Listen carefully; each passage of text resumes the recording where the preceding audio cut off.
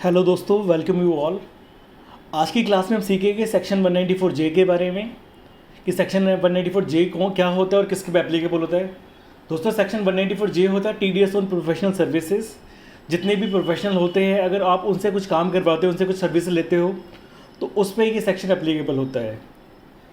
दोस्तों, अगर इसकी लिमिट की बात की जाए, इसकी लिमिट होती है 30,000 रुपये और जो रेट ऑफ TDS है वो 10% है। आपको 10% TDS काट के पे करना है अगर आप किसी को 30,000 से ज़्यादा पेमेंट करते हो, किसी प्रोफेशनल को।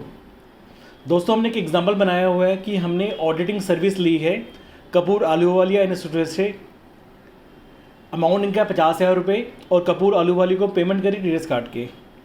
तो दोस्तों, देखते हैं इसकी वर्किंग कैसे होगी टेली प्राइम पे। सबसे पहले हम टेली ओपन कर लेते हैं। तो पहला स्टेप तो आपको पता है कि जो TDS का फीचर एक्टिवेट करना होता है, इसके लिए आपको F11 में जाना होता है। वो आपको पता है, मैं इसको दोबारा रिपीट नहीं कर रहा। हम सीधा एंट्री पास करते हैं। हमारी इस कंपनी में पहले से TDS का फीचर एक्टिवेट है। आपको सिंपल आपको जाना है वाउचर पे।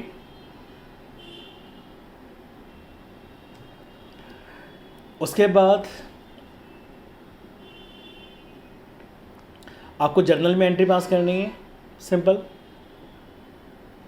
यहाँ पर आपने पे करा ऑडिटिंग सर्विस, तो सिंपल बनाया आपने ऑडिटिंग सर्विस।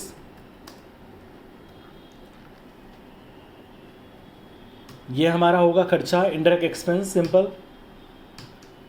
यहाँ पर TDS को एप्लीकेबल करोगे आप और यहाँ पर एक क्रिएट करोगे TDS ऑन प्रोफेशनल सर्विस के नाम से। सेक्शन ये 194 जे होगा हमारा।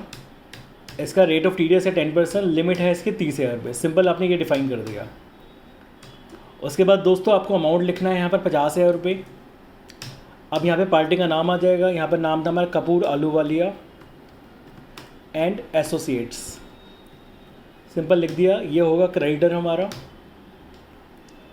इसके बाद दोस्तों, सिंपल आपको यहाँ पर TDS को यस करना है आपको, और यहाँ पर आपको सेलेक्ट करना है कि ये इंडिविजुअल है या कौन है। तो हमारा ये इंडिविजुअल ही है।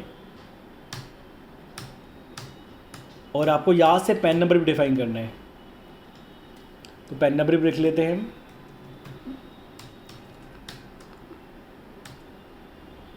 तो आप देखोगे कि अमाउंट आपका अपने आप आ गया। 50,000 का 10% होता है 5,000 रुपये। अपने आप अमाउंट आपका कम हो गया। यहाँ पर आपको एंटर पास करना है और यहाँ पे सिंपल आपको बनाना है TDS ऑन प्रोफेशनल सर्विस के नाम से।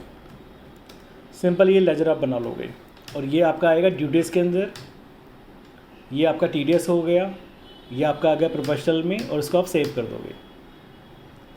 दोस्तों, अभी सिंपल हमने एंट्री पास करी, बिल जनरेट की। अब जब हम इसको पेमेंट करेंगे कपूर को, तो उसकी एंट्री पेमेंट में करेगी, कपूर को करेंगे डेबिट। अमाउंट है हमारा 45,000 और इसको हम पे कर देंगे। सिंपल तो एक बना लेते हैं यहाँ पे बैंक अकाउंट। बैंक हमारा बैंक में आएगा। अमाउंट ज़्यादा है इसलिए हम बैंक से पेमेंट कर रहे हैं, और सिंपल इसको पे कर दोगे आप। दोस्तों, अगर ये आपको TDS जमा करवाना होगा, मैं इसको भी रिपीट कर देता हूँ एक बार। उसको जमा करवाने के लिए आपको सिंपल जाना है डिस्प्ले में। उसके बाद आपको जाना है स्टैट्यूटरी रिपोर्ट में, TDS रिपोर्ट में जाना है आपको। फॉर्म 26Q पे जाना है आपको। यहाँ पर आपको दिखेगा स्टैट पेमेंट, TDS की पेमेंट। अब जो भी मंथ होगा, जो भी पीरियड होगा, वो सिलेक्ट कर लेना आप। यहाँ पर जैसे अप्रैल मंथ के तो 1 अप्रैल से 30 अप्रैल आ जाएगा। अगर क्वार्टरली हो तो क्वार्टर आ जाएगा। तो अभी हमारा एजुकेशनल मोड है, तो 30 अप्रैल डेट यहाँ पे ले नहीं पाएंगे हम, इसलिए एक दिन फालतू ले लेते हैं, एक पास ले लेते हैं। यहाँ पर डेट आ जाएगी जिस पे आप जमा कर पाओगे आप। सेक्शन हमारा 194 जे अपने आप आ गया। सामने वाला हमारा नॉन कंपनी है और पेमेंट हम कर रहे हैं बैंक से।